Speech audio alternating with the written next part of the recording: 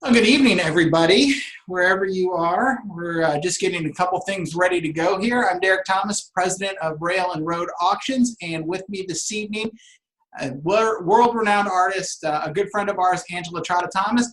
Good evening, Angela. How are you? I'm fine, Derek. Nice to be here. I'm just getting a few things set up so we can see what our friends are talking about, and we're getting the chat window set up. That way we can take questions from the audience. So I tell you what, this is so exciting that we're doing this. You are in Charleston, South Carolina. We are here in Indiana, and what a cool way to be able to show everybody kind of what you're up to and what you're doing, and a fun way for us to connect with people who are interested in your artwork.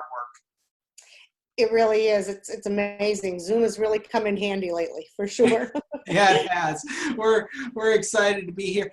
What we're going to talk about tonight, we are calling this series Behind the Brush, and I've had the privilege of knowing you for, we've known each other probably 8 or 9 years now, or at least it's getting up there. We're almost to the decade mark, and I know your story so well that I probably could tell bits and pieces of it, but you have such kind of a unique journey that I thought it would be fun to take some time and not only talk about your journey as an artist, but kind of discuss some of your specific works that are going to be in our upcoming June 6th Railroad Art Auction. And so yeah, we're going to talk a little bit about those things tonight. We're going to take some time and answer any questions that might come from the folks watching on Facebook Live. I have a group of people who are on YouTube right now that are not happy with me that we can't get the YouTube stream running, but we'll make adjustments. If there's anything that you missed tonight that you want to go back and watch, this will be available for you to rewatch on our YouTube channel. So again, if you missed anything tonight, or want to go back and hear more about something again, this will be available to rewatch. So what we're going to go ahead and do to start off this evening is I'm going to go ahead and share a little bit of a video with folks. This is an upcoming preview of all of Angela's work that's going to be in our June 6th Railroad Art Auction. For the full catalog, you can head on over to bidrar.com, and you can see the full catalog there. I'm going to go ahead and get the shared screen ready to go here, and that way we're going to go ahead and we're going to show you about a 2-minute video. It shows you all of Angela's artwork, and then we'll come back and we'll discuss it. Here we go.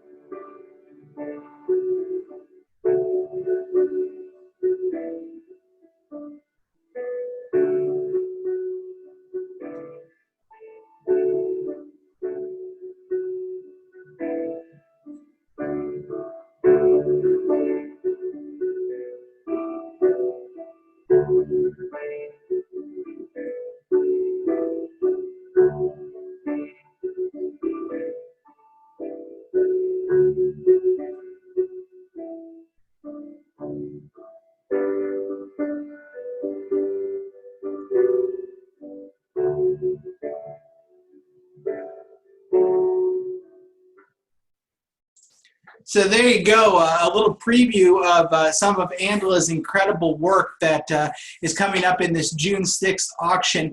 Angela, when you see those pictures, do you think back on the career that you've had so far from those prints? And I guess this would be a good time to mention that those prints, some of those pieces are originals that you have consigned to this auction. Some of those are prints from Richard Kuhn's collection. But overall, we have this entire kind of span of a career that's rolled into this auction. What kind of memories does that kind of bring up for you in terms of seeing all of these different periods of your artwork in one place? Well, for one, for how long I've been doing this, it's 30 years now, which is amazing to me. It's been wonderful to be licensed with Lionel Trains for 30 years and to be able to create all these paintings that hopefully bring back many good memories for people. That's been really the main focus of my art for the last 30 years. I constantly am trying to do paintings that take you to a place, maybe from your childhood or as a collector, as an adult, and just your love of this hobby. And that's been my main focus. I really have enjoyed it very, very much for the last 30 years. It's amazing that I've done a lot of work. And that was only a small snippet. That's the incredible thing. And we were talking earlier this afternoon and talking about how I've been privileged enough to see so much of your work over the past few years, not only within our friendship, but working with the Richard Kuhn collection. And we were talking about how it's getting to a point where you have kind of eras in your painting. And let's go back to the beginning. Let's tell the story of how you got started painting Lionel Trains, because it's a really interesting story, and we can head off down some side roads as we go through this story. Basically, the main thing is that I really owe all of this to Dick and Linda Kuhn, and that they thought enough of my artwork right from day one to be so supportive and to just, help me along the way with the Lionel family. And that's where it started. Well, actually, no. Okay, where it started was I was working on my master's and had to do a master's research project. And my husband, who is an avid Lionel collector and has been for as long as I've known him, and make a long story short, I needed a topic. And he suggested that I look into all the artwork that was done on the old catalogs from, the 40s, 50s, 60s. They were all very evocative paintings of children that wanted to be able to have their own train empire. And really, I was always impressed with the artwork in those catalogs, even before I ever thought I would ever be doing anything with this kind of art. So we talked about it for a while, and I thought, this is a really good idea, because when you think about it, there's so much art out there that revolves around trains and planes and automobiles, but there was really nothing about toy trains, and it is such a big hobby that it just seemed like there was a need, and I was willing to try to fill it. And so that's how it started. So I started doing some paintings, actually for my husband, to kind of kick it off and see what happened, and brought one down to the Toy Train Museum in Strasbourg.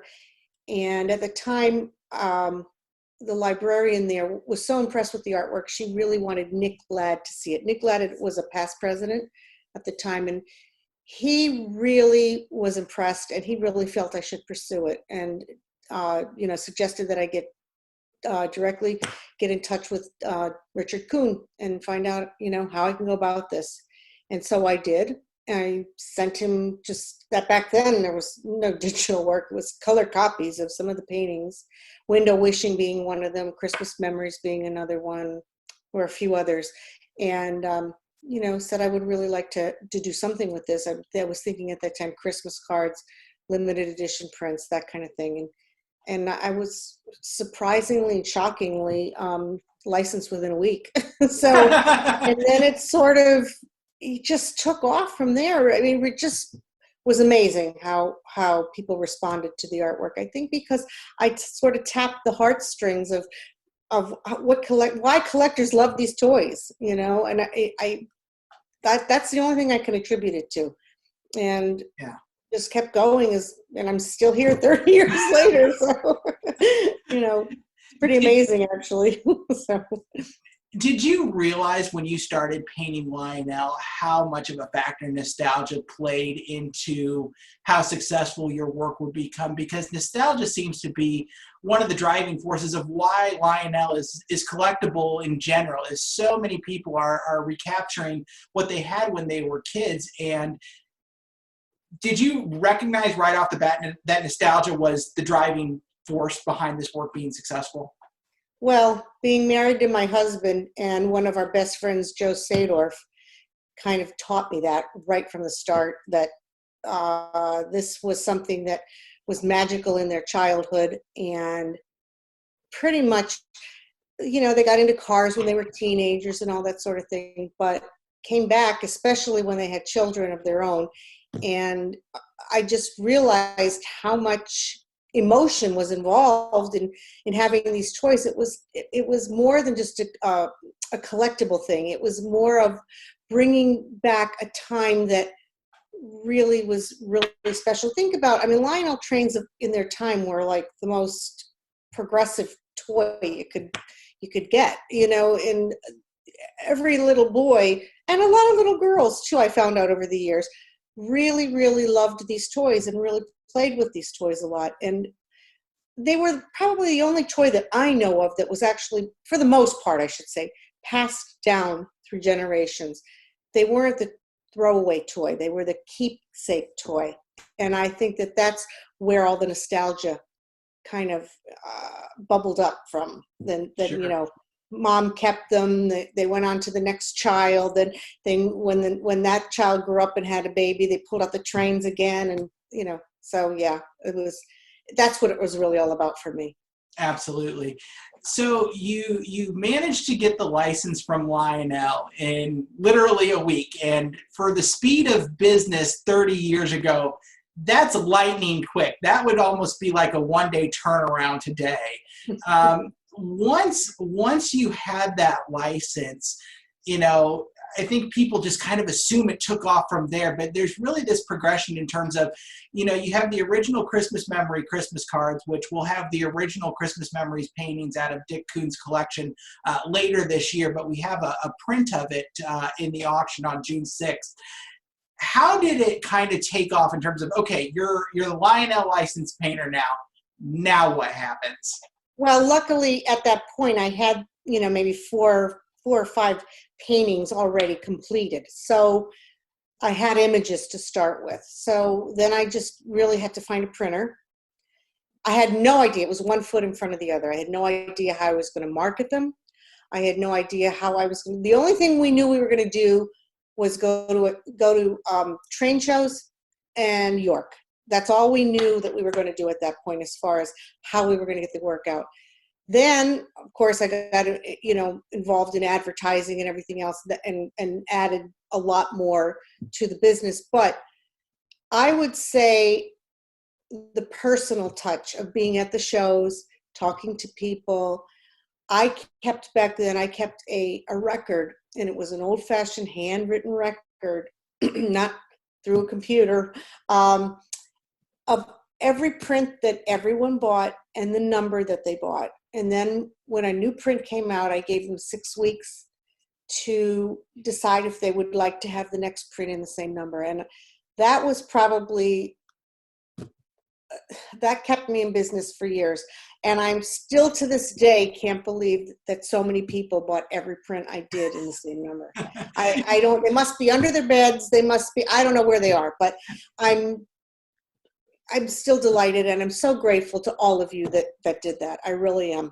Yeah, and it's really neat, you know, working with Stout Auctions. I've had the privilege of you know, seeing a lot of different train collections, and you're right, there are so many prints that come out of different collections. And you know what was neat is, you know, your work touched on so many different subject matters in the world of Lionel.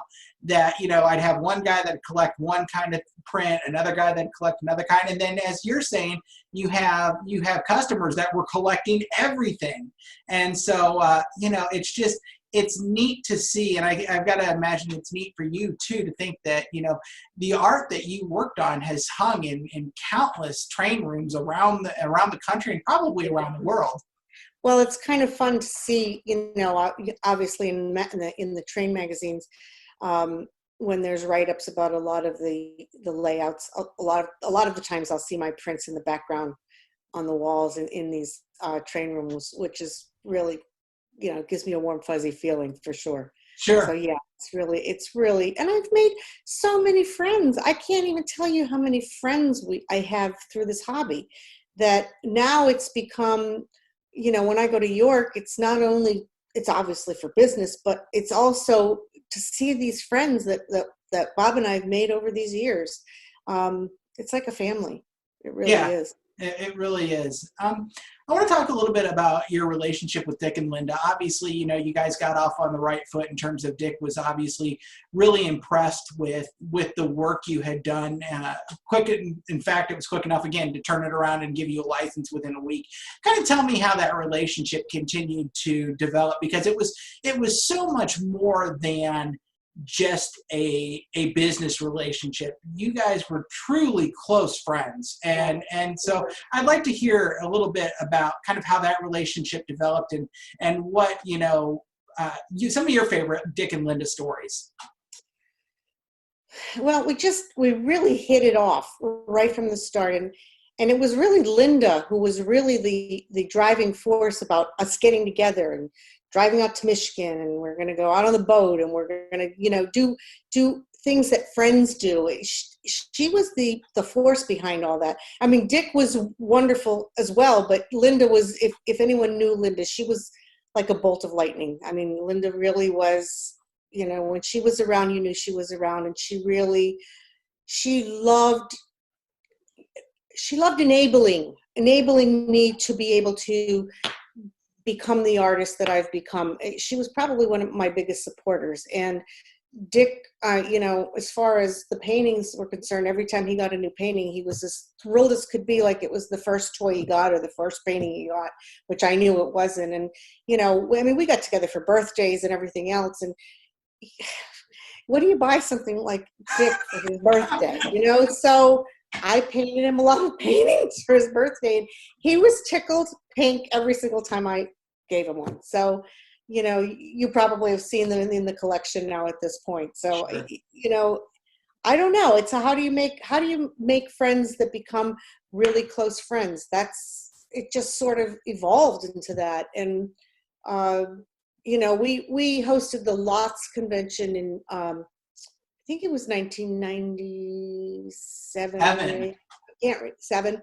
And, I mean, they came out for that. They came out to the convention because we were the hosts for that. They came, you know, they just, everything we did. And then also, they were very into antique automobiles. I don't know if anyone knows that. Probably a lot of people do know that about Dick. He was an avid antique automobile collector as well.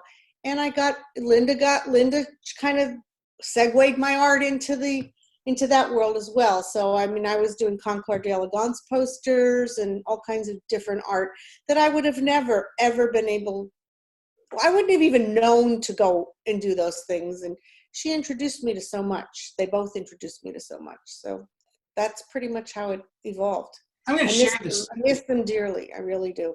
I'm going to share the screen for a second. I'm actually going to show folks the painting you did for the 1997 Lots convention here, and let folks see this. And this is this is the #1 print. This will be in the June 6th auction.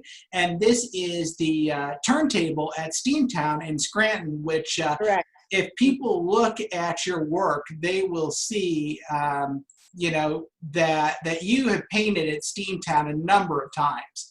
And yeah, many times. Mm-hmm. Yeah, that's just a neat photo. So, and like I said, the cool thing about your relationship with Dick is that all the #1 prints went to him, and that the sign of respect from your side of that is just really neat. That you cared about your relationship enough They belonged with him. They really did. I mean, he was the number one guy. He really definitely was such a good person. he Good was. for Bob and I. Yeah, and Really. it's interesting, and I can speak to this a little bit, and you can speak to it a lot more than I do. There's such a almost a mystique in the hobby about the role that he played with Lionel and how he literally saved the company. But so many people never got to know him more of a level than, and again, I only saw it a little bit, but you got to see it quite a bit as Dick the person, not just Dick the Lionel owner. And just the man had an incredible heart, and so did Linda. And just what a good guy. And just really truly down to earth, easygoing, generous to a fault. He just was just really, what you saw is what you got with Dick Kuhn. Truly, Sure. He was not. He didn't put on any kind of airs. He never did. I never saw that with him. He had a lot of things. He had a lot of toys. He had a lot of cars. But his greatest joy, I don't know if you remember Car Rail. Uh-huh. He had, yeah. His greatest joy of Car Rail was being able to share that and show and just show everybody all the things that meant so much to him, and to bring back the history of what those things portrayed. And he got the biggest kick out of that. He really did. And we loved it there. He had all my prints. I think I had one whole wall in Car Rail of prints and paintings, so I can't, no matter what they did, they showcased my work. And I still to this day, I marvel at it. I really do. Yeah, and it's incredible to see so much of your work in one place. And again, I've been privileged to be put in the position to work with the Kuhn family and with you to kind of start spreading this back out to the next round of owners of this work. But when you see so much of your work in one place, it really is overwhelming, just again, to see so much of your work. And it's so iconic. You have such a distinct style in how you paint Lionel that looking at it, whether you look for the signature line or not, especially, and let's dive into your specific eras here. But you have almost two distinct eras of your painting. We see the watercolors that are really early on, and then you've moved into oils. Really, it's probably been about a decade now since you've moved into oils. Least, yeah. Has it? Yeah, I'm sure I guess it's been more than a decade, maybe 15 years now. So about half of your career has been watercolor and the other half oil. What blows me away and what I hear so often is when people see your watercolor work that know watercolor, they go, how did she get so much detail into a watercolor? Because you look, when people paint watercolor, and this is coming from the untrained artist eye, watercolor is a hard medium to get precision out of, and yet somehow you've managed to extract a ton of precision out of watercolor. Tell me kind of how you developed that technique. Watercolor is probably the most unforgiving medium because there's a point of no return with watercolor. In other words, if you make enough of a mess, you can't fix it anymore. And I learned that by making a mess many times. So,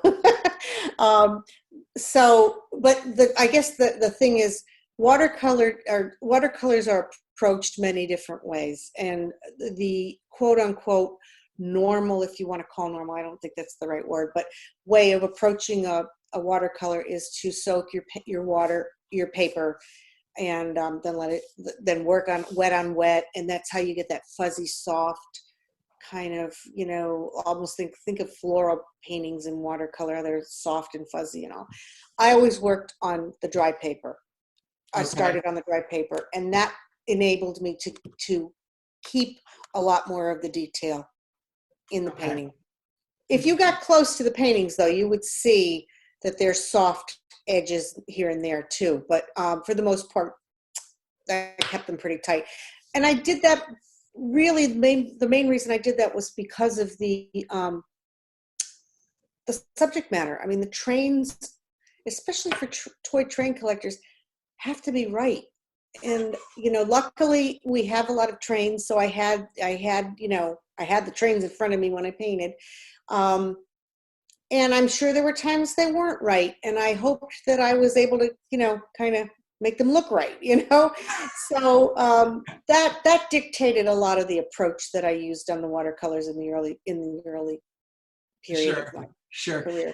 And I tell you what, the other thing that has struck me about the watercolor works, and you get a sense of it in the prints, but where it really shines is in the originals. And so when we start to sell some of the watercolor originals later in the year, is how vibrant the colors are and just how much pop there really is to the watercolors. And we're talking about watercolors that are now going on. Some of the ones are that were 30 years.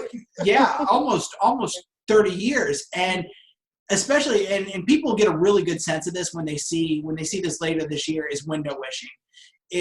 That's what struck me when I held the original of window wishing in the frame for the first time, and having seen window wishing, which far and away is one of probably your most iconic paintings. When I held the original of window wishing for the first time, you've seen the print a million times, but then you see the original and you go, oh my gosh, the color in this is incredible, and just how much pop there is to an original versus a print. That, I think, is what's really blown me away. That's really, I mean, you know, to be honest with you, it's come to the point now where I sell some prints, but very few prints. It's mostly all originals anymore. Originals and private commission work. That's been my mainstay for maybe the last, I don't know, 7-8 years now.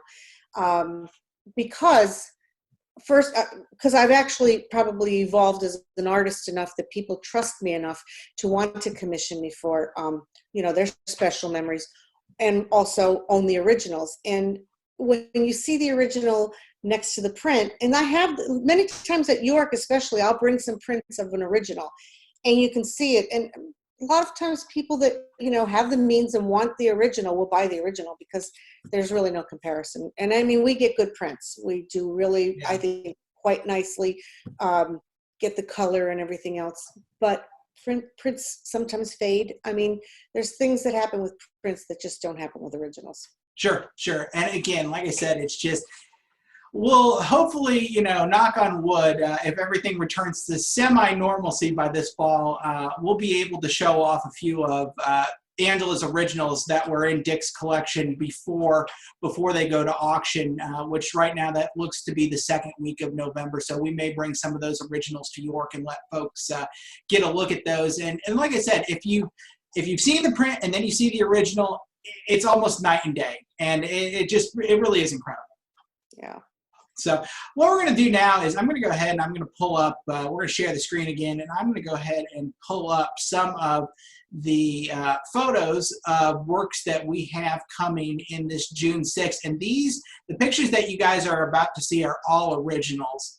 And so we'll kind of talk through, and I'll go ahead and we'll leave these photos up so people can look at them for a little bit. The first one that we're looking at here is called GG1 Sunset. And this is, tell me a little bit about the painting, the inspiration behind it, and how it came together. Well, I had done, before I did this painting, I did one with the Hudson, and it was so well received because it's obviously such an iconic engine that I just felt like, okay, I'm going to pick a few of the iconic engines and do the same thing. This painting is, in fact, when we get finished going through these, I'll walk you through the studio so you can actually see the sizes of these actual paintings. This engine is probably almost 3 feet long in the painting, and it's impressive. It's kind of a statement piece as far as if you're, you know, a GG1 lover, this is really right on the money. I mean, I really try to take my time to get, you know, everything right. Sure, sure. So, and I will show you now. That being said, I do take artistic license now and then with things because of balance and paintings, and just, you know, I have to think about the composition and how things are going to balance. and think about what they really are, and kind of find the happy medium with that. So if you see things that you don't think are quite right, there might be a reason I did that, other than the fact that I just didn't know well. Because I do have my husband and Joe Sadorf always telling me what's right and what's wrong. So. You know, that's got to be the nice thing about it, though, is having two guys that are very close to you that really, I don't want to say eat, sleep, and breathe Lionel, but they are two very passionate collectors who care very much about you know, the medium and about the subject matter. And you know, the other fun thing, and I've gotten really good at this too, is you do a great job of hiding Easter eggs in your work, in terms of you have so many references to friends and family and different things over the years that you know, being able to be the person that says, oh, we might need to correct that, is usually rewarded by an Easter egg somewhere down the road in a painting or a book. Well, you know, the fact that you bring that up, when I do private commission work, because I'm working to please one client, it doesn't have to resonate with everyone. It has to resonate with the one client. I do a lot of that. I'll add in little things that are special to them in their world and their, you know, childhood, or whatever the case may be, a special, you know, if there's a piece of furniture and they want a special little picture on the furniture. Maybe they had a picture of, I did one with a boy and his brother on those little rocking horses. That was on the dresser that was by the train set. Do you know what I mean? So Yeah. Little things like that, I've done quite a bit of that. I've done a lot of portraiture for people that are collectors now, where there's a portrait of them as they are now, but then somewhere in the scene is a photograph of them as a child with maybe the first train that they got. So little things like that, that kind of, when you put it all together, it becomes a conversation piece for people, but it also, when you look at it on your own, brings back a lot of really, you know, good memories. So right. So what's neat is, for the people looking in the studio right now behind you, over your shoulder, you can see GG1 Sunset sitting on the easel back there. What I'm going to do next is, you'll kind of be able to make out, and now it's moving to the lower right corner of the screen, a New York Central F3 set going over Hellgate Bridge. Oh, I'm going to go ahead and bring up the full screen shot of that so people can get a look at this one. okay. And this is another oil painting that you recently did. What's interesting here is you've mixed two Lionel eras. You've mixed post-war Lionel and pre-war Lionel, and the results are really beautiful. Well, the reason I did that is, again, I was saying about artistic license. I know this is one of them that this came out more out of my head than reality, but that's the whole, to me, that's the whole idea of having a toy layout. I mean, and I've seen so many layouts throughout the years, and I've seen many times where this Hellgate Bridge is running with O-gauge, I mean, is part of an O-gauge layout. It seems to be done many times. But the tie here obviously was New York, you know, the whole New York. I wanted New York Central, I wanted the Hellgate Bridge. I know they probably didn't run together in, you know, but I was focusing on New York with this painting. Sure. Let's go ahead and we'll flip. And this is a 12 by 24 painting. Yeah. Which is down here. Yeah, we'll stop there we go. Now, like I said, and that's a nice thing, and that's one of the reasons we do events like this, especially online, is because this is an online only auction due to the COVID virus. This allows you to kind of get a sense of the scale of these paintings. So if you're considering bidding on one of these paintings, that'll give you an idea, kind of being able to see what these look like on an easel, or what you can think of in terms of what they could look like at your train room. So again, and you can see the GG1 and then the New York Central on the Hellgate, and so you can get a sense of the scale for those. I'm gonna go ahead and bring up the next piece, and that is, oh, actually, this is a picture that I stole from your Facebook page going back a few years, and the painting that you see on I guess, I don't know if the easel would be the right word for it, but with your setup, it's a plein air easel. It's made for outdoor painting. Okay, so explain this whole thing to me, how this all came together and how this setup works, because I think for people that are seeing this, it's like, wow, you can do this outside. Well, first of all, this is in Easton, Pennsylvania. I mean, I'm sorry, Easton, Maryland. Easton runs a plein air event that's second to none in the country every single year. And I was fortunate enough to get into it last year. You have to be juried in. And then you paint, you go there and you paint for 10 days. And then in the end of the 10 days, they have a show. Of course, Easton in July was 99 to 106 degrees every day. So I did paint outside every day, which was, I don't know if you saw my Ryobi fan, but I could have sold that fan 25 times that week because I was probably the only one that knew enough to bring a fan, you know, and that saved me. Believe me, it really did save me because that was the best investment I made for the trip. But anyway, what it is it's all about plein air painting, and you actually paint on right. You know, you go and you paint right on location. And I was, you know, I was up at out the door at 6 o'clock every morning because of the heat, and did the majority of my painting before noon, and then late afternoon or early evening I would do more. I painted all day, but it got really slow and really tough in the afternoon. Probably did about 15 paintings that week, and this one was the Easton train station. That's a really neat And I thing. actually, it's not a train station anymore. Artistic license, I took it back to a time when the trains really ran there, and I kind of put it like a ghost of a train in the background coming into the station. By the way, if I'm going to have people, if they are watching on the live stream, I want to make sure that people can see the paintings that we're putting up when I hit the share screen button. If you can't, let me know in the comments. I think we've got this right, but we're all new to this. So if you're not seeing the paintings, let me know. I know I can see them. I know Angela can see them, but we want to make sure that you guys can see them as well. So if you're not seeing them, please do let me know in the comments. Go ahead and actually what I'll do while wait for that, I'm going to go ahead and bring up the full-size finish of that painting. Let's see here.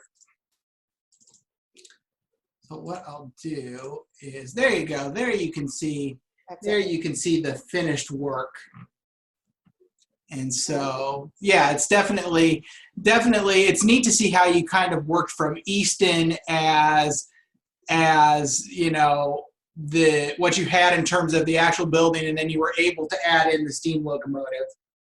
Right, and then because that wasn't there, and I just kind of, and I did that out of my head because obviously there's no reference for it there. But I really was more or less trying to give this a nostalgic, emotional feeling, this piece. Okay, very neat. Let's see, I'm gonna hop backwards here since we skipped over a few. There we go. All right, this piece is really neat, and this one is called Precious Cargo.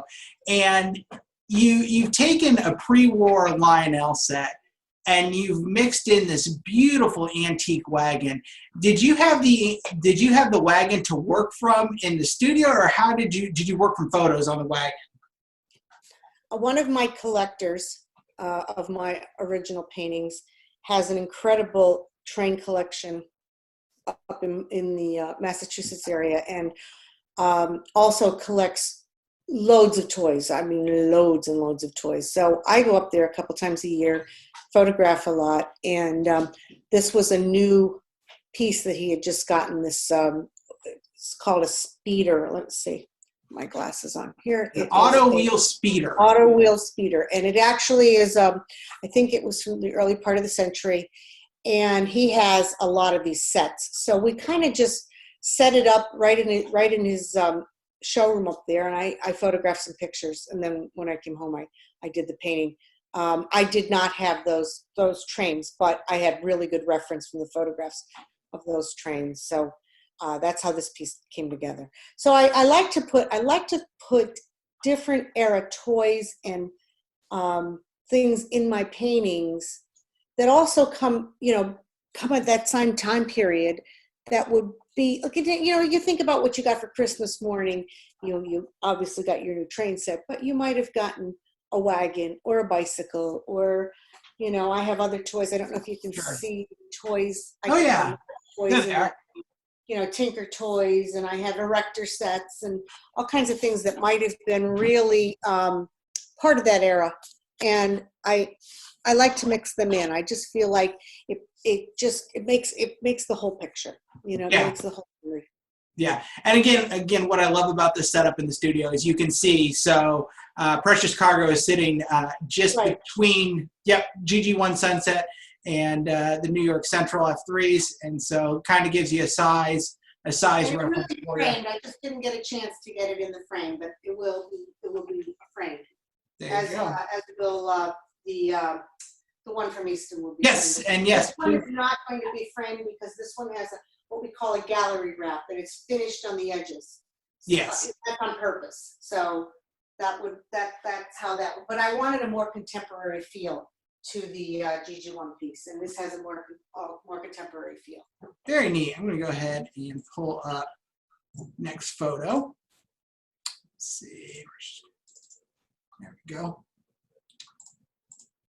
Oh, here we go. All right. This is the big kahuna, as I lovingly refer to it as. This is known as Tin Kings, and if you have been to York within the last, I don't know, how long has this one been finished? Has it been 2 years now? It's only a couple years. It hasn't been around long, but 2 or 3, maybe. I can't even remember. It's not that old of a painting.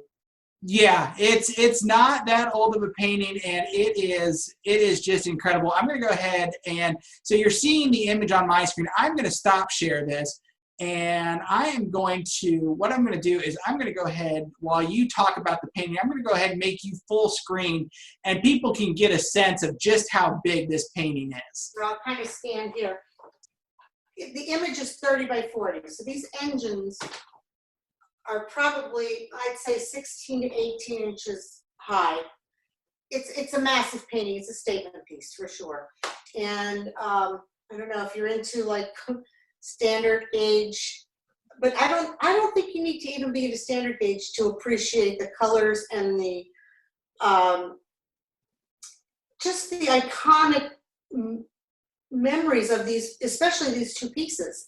They're, today they're revered as the pieces of their, this being the Mayflower, this is the Blue Comet, obviously. The memories that these pieces bring back, and also just they're beautiful pieces. They're beautiful paintings, and I wanted to capture all the shining, the metal, how the reflections. This was not an easy painting. Yeah, I'm gonna go ahead. I had a lot of fun painting it, and I deliberately kept the background simple because I really wanted the engines to speak in the painting. Tell me the kind of hours that go into a piece this size. I went ahead and pulled up the high resolution again because I want people, now that people have seen the size of it, I want them to see the detail in it as well. And doing reflective surfaces can't be easy. And again, just give me a sense of the work that went into this. This piece has a lot of hours in it. It truly depends on, the thing is I don't work on one painting at a time. I probably work on 10 things at once because there's what I call dry time when you're doing oil paintings, especially the way I work. Now, a lot of artists work alla prima and they'll just keep going and working wet on wet on wet on wet. I can't do that with what I do. I have to let things dry before I put the next layer on, and I do a lot of glazing, so that requires dry time. So it's kind of hard for me to figure hours.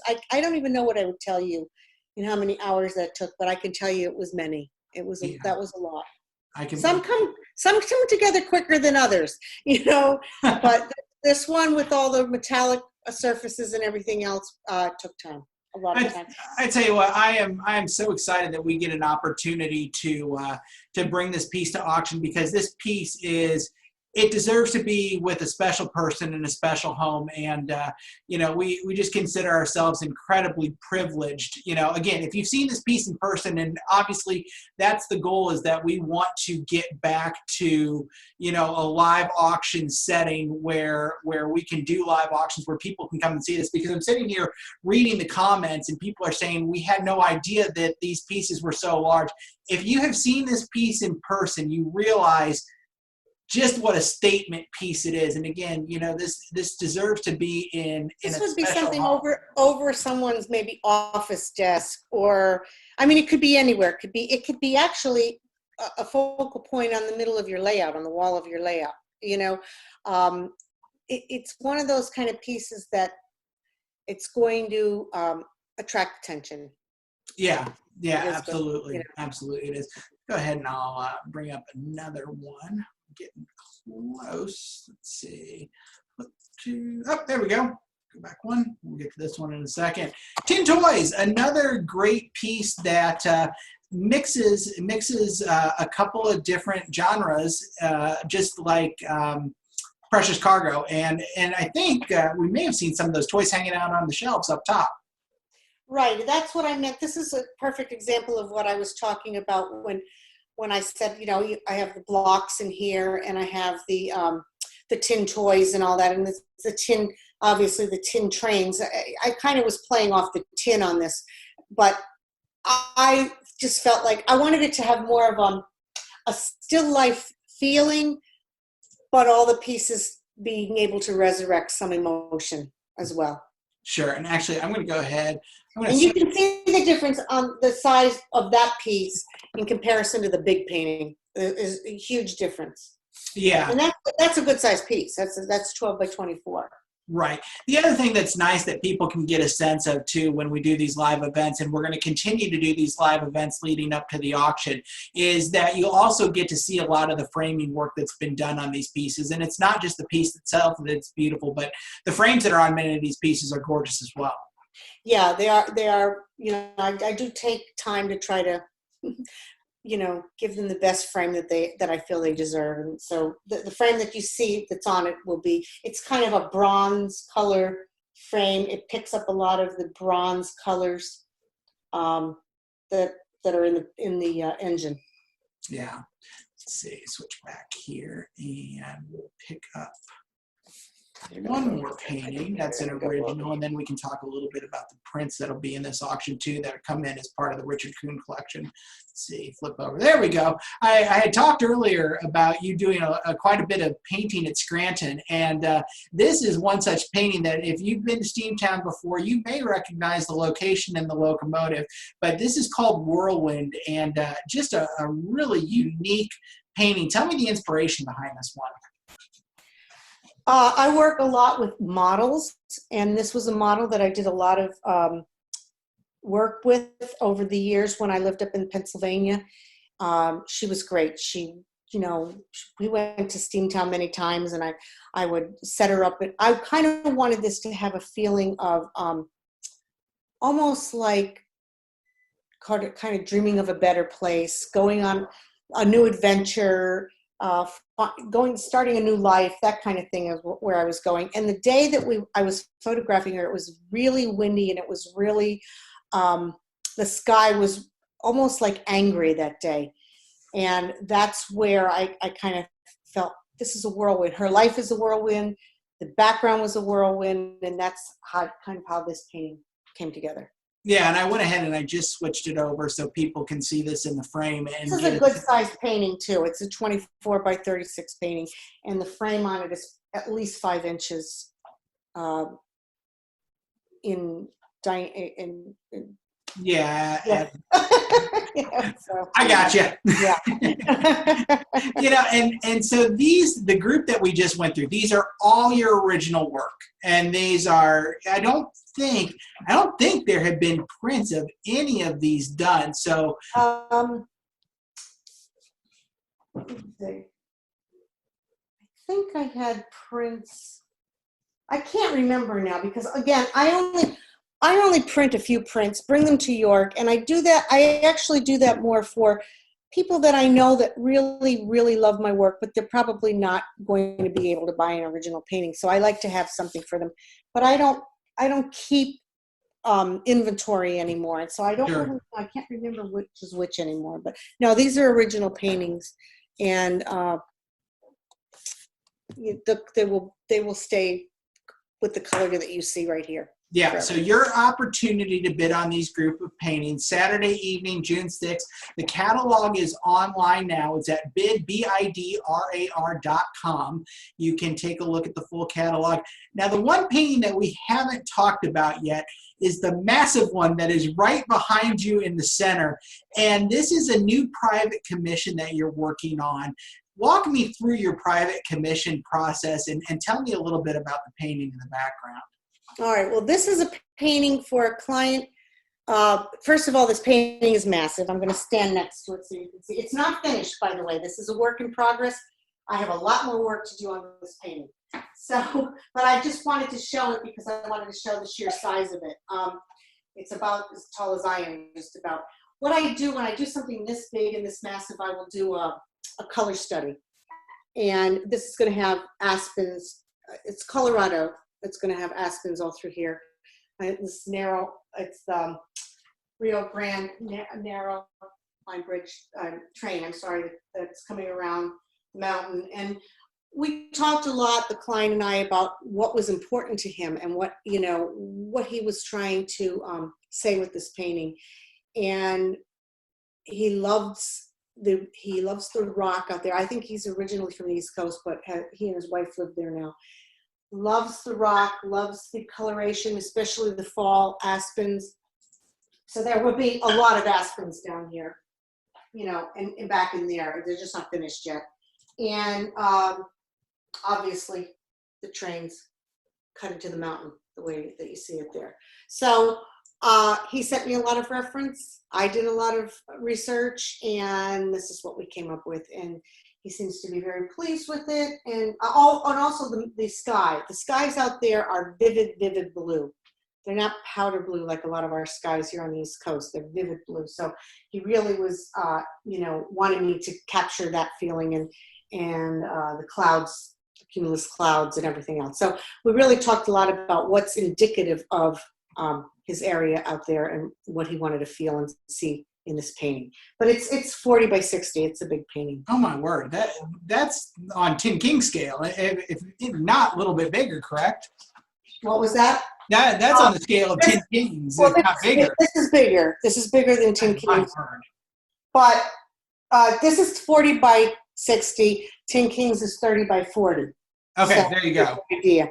There's some scale for reference. And I tell you what, and this is what's so great, and this is what I love about working with you from a private commission standpoint, because you and I had started walking down a private commission road about a couple of years ago, right after I wrote the Madison Hardware story. And eventually we'll get back to this in terms of the private commission.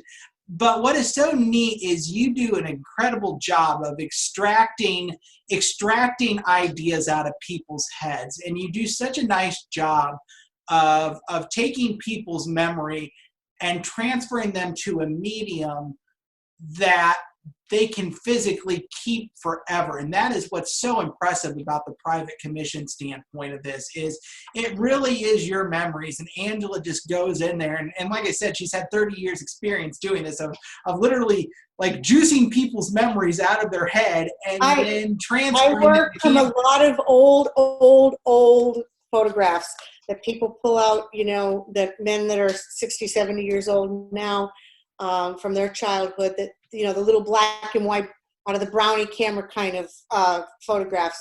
My main focus is that they're in focus. That helps me a whole lot. But I've even worked around that a few times. But it's more like I was saying, I do portraiture, I do kids playing with their trains. I also do paintings of people that collect trains now, but maybe as them as a child or their grandchild or their grandchildren. When I do a private commission, my main aim is to please the client, because I want it to be an heirloom painting that they'll have and they can pass down. That's my main focus when I do private commission. So if somebody has seen your work tonight, and obviously, we're gonna have your originals in the auction, but they're sitting there thinking to themselves, okay, I want to take this to the next step and say, these are great, but I want something that represents me, represents my family. How do they get in touch with you to discuss a private commission with you? The first, they can call me, they can email me. Please, if you call, leave a message, because I will call you back. Probably the best way to start would be to email me, and then I will get back to you and we can connect and just talk through your ideas. There's no, there's no commitment in any sort.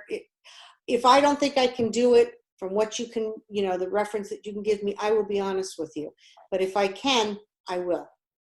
Very good. What I'm going to do is I'm going to switch back to our gallery view here for a minute. We're going to go ahead and we're going to show some of the prints from Dick's collection that are your prints. Can I say one thing? You absolutely can. It's your show. In case you do want to get in touch with me or email me, it's my name. It's Angela Trotta Thomas @gmail.com. That's nice and easy. So, and the website I think is AngelaTrottaThomasFineArt.com. Is that right?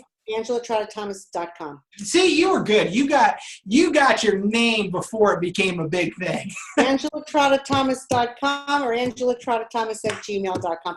That would be, actually, you could go right through my website. There's a way to just, put your information in right there, and I always check that. So definitely that would be a really good way to do it. And you also, if you go on my website, you will see a lot of other examples that might give you spur some ideas and some, just sort of see the kind of things that I do. Absolutely. What we're going to do is, since there's a little bit of a delay between what Angela and I are seeing and what is being streamed live, we're going to go ahead and we're going to flip through some of Angela's prints that were in the Richard Kuhn collection that are coming up in the auction.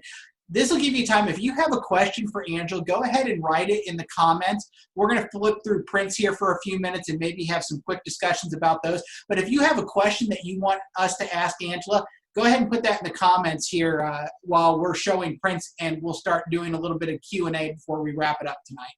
So I'm going to go ahead and pull up the prints here. Let's see.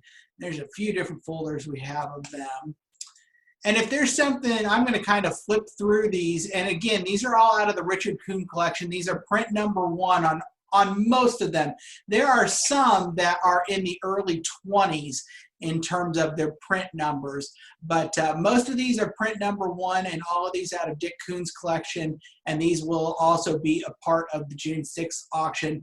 This one is Sidewalk Engineer. And again, Angela, if you want to chime in on something that you see, otherwise I'm going to go ahead and just flip through these for a few moments. So, well, when I look at this painting, it's my nephew, and he's now a coach for football, for a college coach. So oh my gosh, it's amazing. It's really amazing that's how long I've been doing this. So. But that is what's so special too, and that's what I love about your work, is it literally captures a moment in time.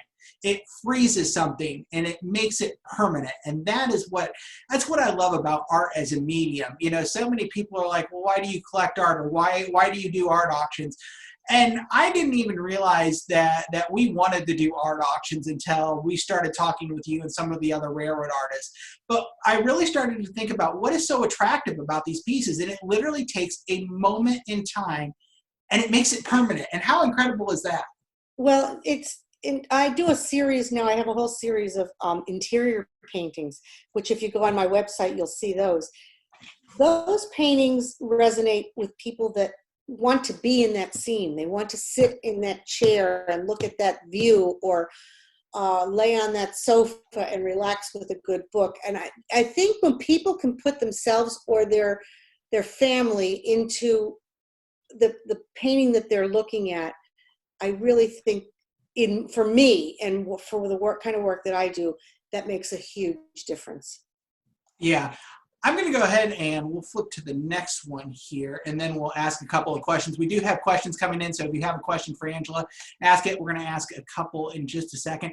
This one is a really neat print, and we have we have the print version of this available, and we'll have the original later in the year. This thing just pops and it screams Christmas all at once. What a great piece. Thank you very much. It's it's a unique piece. This piece actually was a private commission piece. This piece is, I don't know if you have the original of this one. I think you have the original of Christmas Eve. Maybe we do. I don't think you have the original. This one I think was done for a client, because this is actually the client's.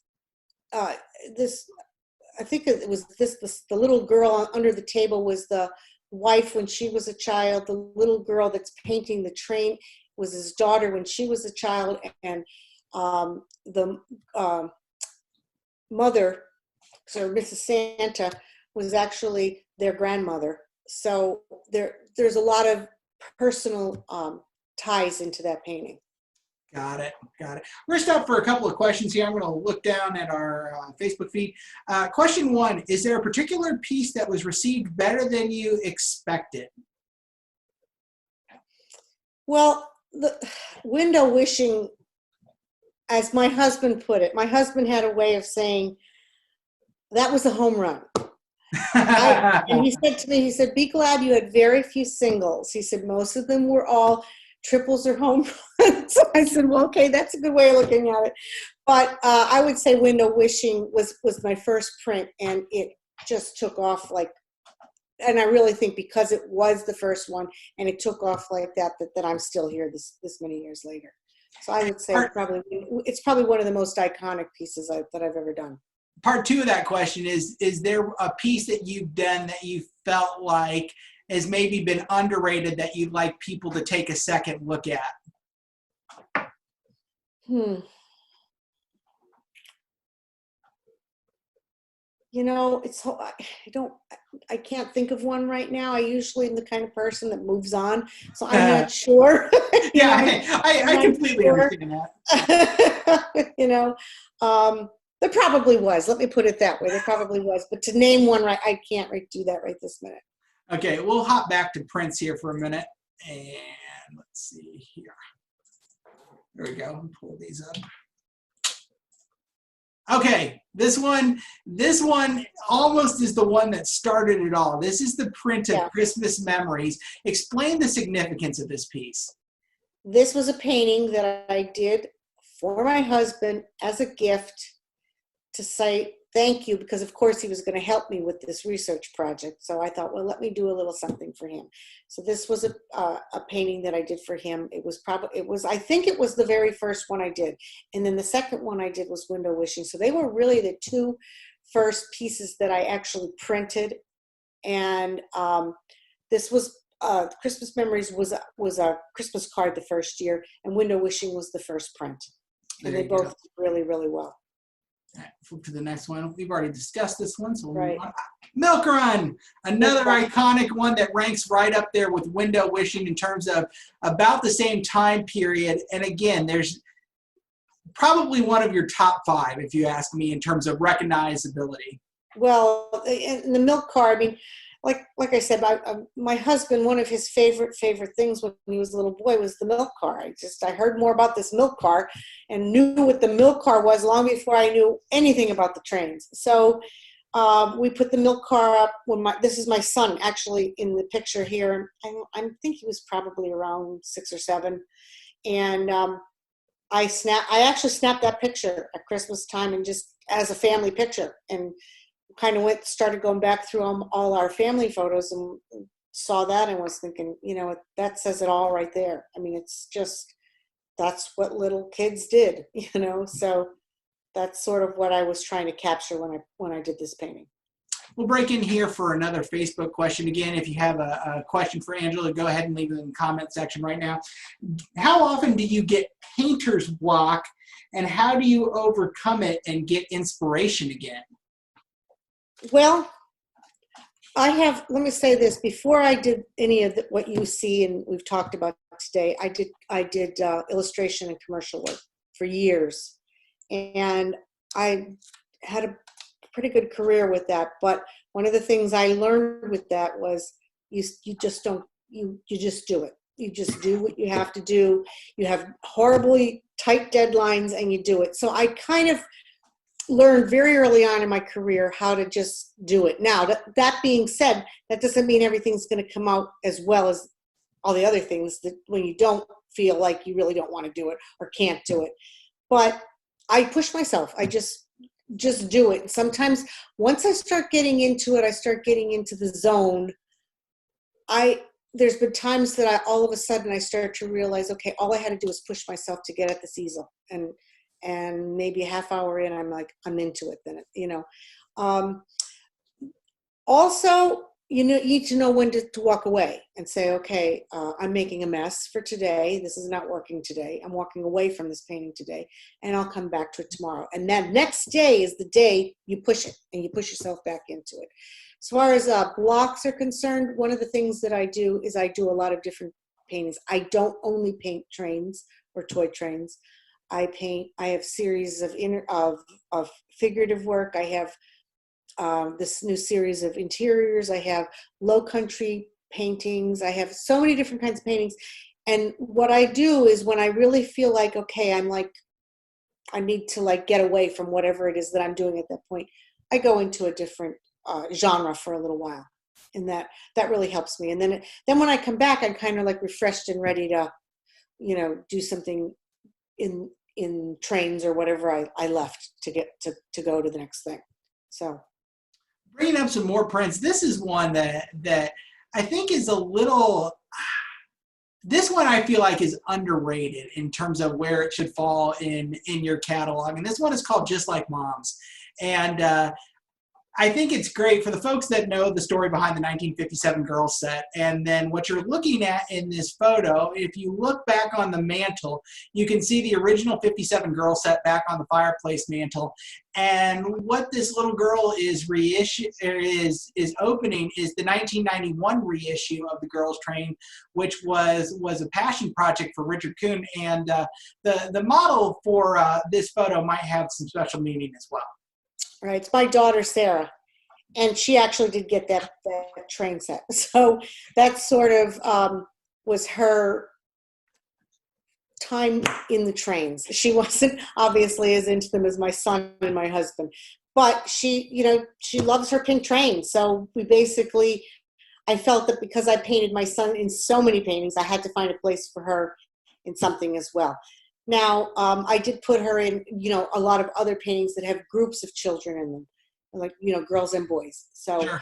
This seemed like, and of course, I always loved the pink train. So I really wanted to focus it on in some way. Right.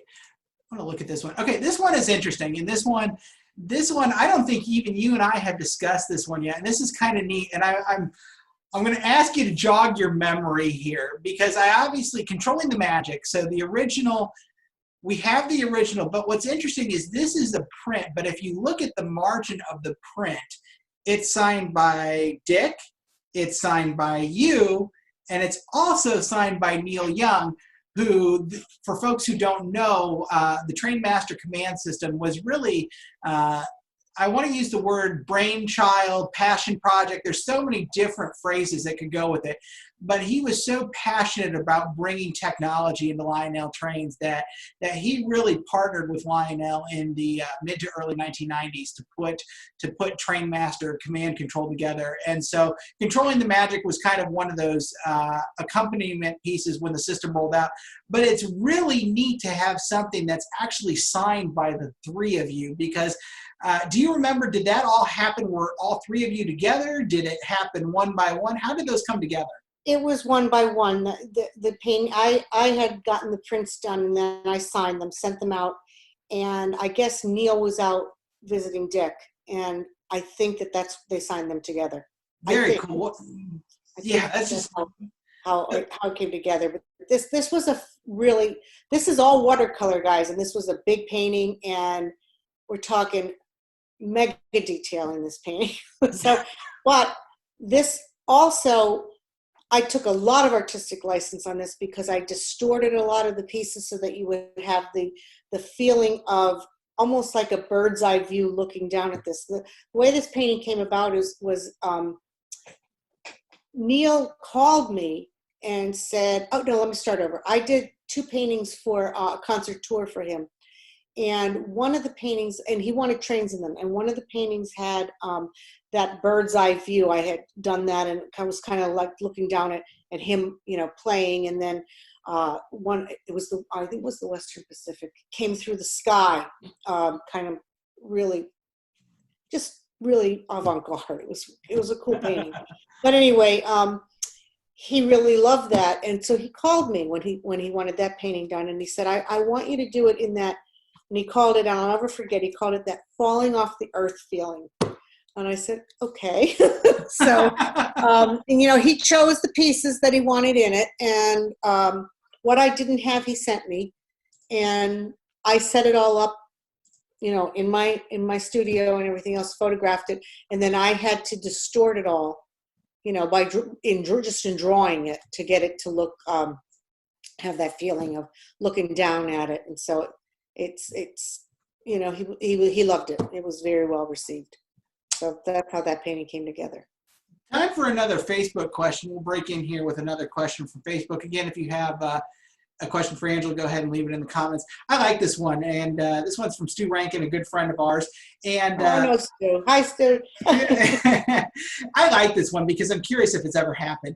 Have you ever gotten so focused on painting something that you completely lose track of time? And Stu kind of said, do you ever kind of get lost in something and snap into it and realize, wait a second, you've lost 3-4 hours and it's early morning hours? All the time. All the time. Not so much the early morning hours as I did when I was younger, but there'll be times that I'll be painting away and I'll paint through a meal. I won't even remember that I didn't eat lunch, or once I get in the zone, I'm kind of like, I kind of get lost in it, and that's when I do my best work. So luckily anymore, I don't have to worry about getting dinner on the table or any of these other things, because the kids are grown up and everything else. And luckily my husband is happy with, a peanut butter sandwich. So, so I can keep going. But yeah, that happens all the time. Very good. I'm going to switch back. I want to talk about a series of prints here before we start winding things down. Here we go.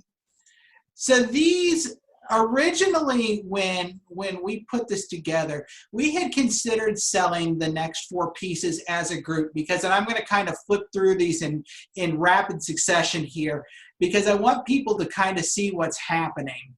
So we have pre-war, we have late pre-war, we have post-war, and we have modern.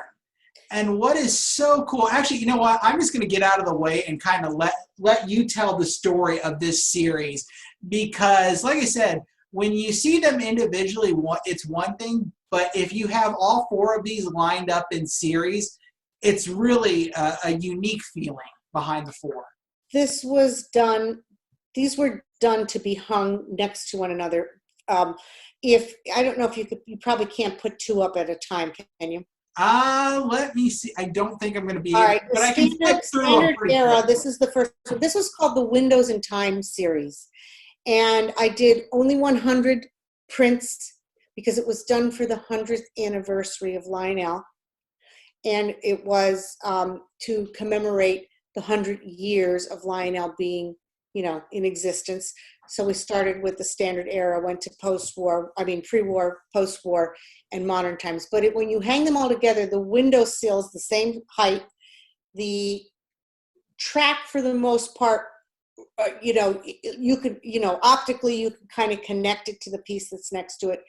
And the kids are all looking in the window at around the same height. So it kind of gives you the feeling of I specifically chose specific pieces in all these. These were watercolor, by the way, so you can see all the detail in them, to bring back the special memories from that time period. That was my main focus. It really is a unique set of paintings. And again, it's been one of the neat things. They will be sold individually, but I'd love to see the group go to one person, because they really do you get the best sense of them when they are next to each other. I sold them as a set for that very reason, because and it's a statement. I mean, the prints, when you put that all on the wall, that could be the whole backdrop of your layout, because it's probably 10 feet long, you know, when in the frame, by the time you put them one, you know, give it a little, maybe 2 inches in between, but you're optically, you'll feel the movement right through the 4 pieces. Right. I'm going to go ahead and we'll look at a couple more, and then we'll wind this down for this evening. Bring up a couple more prints. Hang on just a second. Let's see. Here we go. So I'm going to flip over. Okay, so this one is fun because we're going to touch on this for just a second, and we'll have more news about the car art here in the coming months. But this print is great because it combined Dick's love of cars and Lionel all in the same print. And then, so this one's called Winter Wonderland, and I think this is a Packard, if I've got my memory. It's a Packard, yes. I got my memory correct. You've got the great holiday window display. And then explain to me a little bit, because I want people to understand the significance. The small Packard that is below the main print. Can you kind of explain why those are done that way, kind of what the significance is, what that means to you as an artist, etc.? Well, that's a printed remark, but the main focus, obviously, of this painting is the car. But during that time period, it was, you know, really at Christmas time, one of the main things to do at Christmas time was to go down to the big department stores and look in the windows, and they always were filled with trains. So it seemed like, to me, a perfect marriage and a segue from one specialized hobby and another specialized hobby really combined. And I have to tell you, I saw so many of the same faces at both Hershey and York. And I did Hershey and York for years and years. So I knew that, you know, these people were moved by that whole era. And it's like I tie the old toys in with some of the pieces. I would tie the trains and the cars together. The remarks just made it like kind of a special thing. I did a lot of hand-done original remarks as well, but then obviously they were much more money. But those particular pieces came with the print, with the remarks. There you go. We're going to look at one more print this evening, and then we'll wrap it up. This one I like. This one also falls in that iconic, you know, I don't know, we almost need to name your periods in terms of the early years and then the later years. 773 Hudson, super iconic. And then the sense that you get with this one that's called All Aboard is just, there's something really special about this one. This painting has actually spurred so many private commission paintings, because it works for, you know, someone's child, or I can't even tell you how many paintings I did in a similar fashion with, like, you know, the Santa Fe. I could probably paint in my sleep. So you know, that's why I think people, you know, they almost see themselves in that child, in that face, you know. Yeah, it's really neat. I tell you what, I think we're gonna call it an evening there. Angela, thanks so much for the time. Again, remind people, if they are interested in your private commissions, where they can get more information at. First, I'd like to say thank you for everyone who really wanted to sit down and listen to this tonight. I really appreciate the time. I appreciate your friendship. I appreciate seeing you and talking to you at York, and how you've supported me over this whole career. I'm very grateful. I really am. If you're interested and you want to chat with me about any kind of private commission work, or a painting or whatever, it doesn't matter, a print, whatever, feel free to either go on to my website, which I think would be a good idea, because you'll see the wide range of a lot of the artwork I do, might spur more ideas for you. And you can get in touch with me through the site. Now, the website is my name. Everything's my name, AngelaTrottaThomas.com or AngelaTrottaThomas@gmail.com. So if you want to email me directly, feel free to do that, and just gmail.com. So that they would be the best ways. And then we'll figure out, where we go from there. And, you can call me or I'll call you or whatever works the best at that point. But that would be the best way to contact me to begin with. For those of you who have been watching at home, any of the pieces that you have seen this evening, whether it's an original or a print from the Richard Kuhn collection, all of these are available at our June 6th Railroad Art Auction.